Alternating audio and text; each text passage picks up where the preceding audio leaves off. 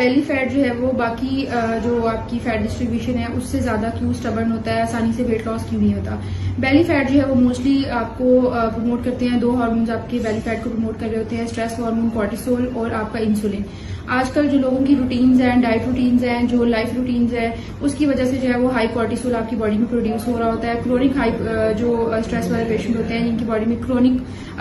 Stress होता है, उनके अंदर हाई कॉर्टिसोल होता है। हाई कॉर्टिसोल जो है वो आपके ब्लड शुगर्स को हाई कर देता है। जब आपके ब्लड शुगर्स कॉन्स्टेंटली हाई रहते हैं तो उसको लो करने के लिए आपकी इंसुलिन जो है वो कॉन्स्टेंटली रिलीज होना शुरू हो जाती है। अब इंसुलिन भी कॉन्स्टेंटली हाई रहना शुरू हो जाती है, उसकी वजह से आपके सेल्स जो है वो लेस रिस्पॉन्सिव हो जाते हैं इंसुलिन की तरफ, तो इसको हम इंसुलिन रेजिस्टेंट कहते हैं। अब जो बंदा इंसुलिन रेजिस्टेंट है प्लस उसकी बॉडी में कॉर्टिसोल ज्यादा है, वाटर रिटेंशन बहुत हो रही है, तो उसको जो है वो खासतौर पे बेली के अराउंड जो है वो वाटर रिटेंशन और फैट स्टोरेज उसकी बढ़ जाती है और इस वजह से ये स्टबर्न होता है। आप डाइट करते हैं उसको इफेक्ट नहीं होता क्योंकि बॉडी ऑलरेडी जो है वो फाइट एंड फ्लाइट मोड में होती है और कंजर्व कर रही होती है, एनर्जी को कंजर्व कर रही होती है, स्टारवेशन में होती है। अब आपको बेसिकली ये करने की जरूरत होती है कि आप अपने स्लीप साइकिल्स को इम्प्रूव करें, अपने कॉर्टिसोल्स को इम्प्रूव करें, अपने इंसुलिन लेवल्स को इम्प्रूव करें। इंसुलिन लेवल जैसे इम्प्रूव होगा, कॉर्टिसोल लो हो, इंसुलिन लो होगा। जब आप कार्ब्स अपनी डाइट में लो करेंगे, कॉर्टिसोल लो करेंगे तो इंसुलिन जो स्ट्रेस फैक्टर से आ रहा है वो कम हो जाएगा। बाकी जो आप डाइट से ट्रिगर दे रहे हैं कार्ब्स, हाई कार्ब मील लेके, आप वो भी जब उसको लो करेंगे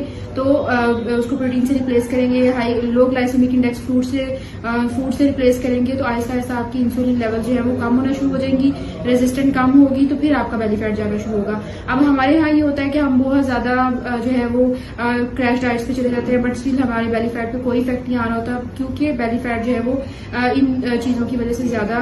प्रोमिनेंट और ज्यादा स्टबर्न होता है, तो आपको इन चीजों को कॉप करने की जरूरत है। प्लस जो लोग इंटरमीडिएट फास्टिंग बहुत ज्यादा कर रहे होते हैं वो लोग अपनी जो है वो डाइट रूटीन्स को प्रॉपर करें, मील्स और स्नैक्स के साथ। और टीज का इसमें ये रोल हो सकता है कि आप उसको जो है वो मेटाबॉलिज्म बूस्ट करने के लिए या इंसुलिन रेजिस्टेंट को इम्प्रूव करने के लिए जो है वो हर्बल टीज यूज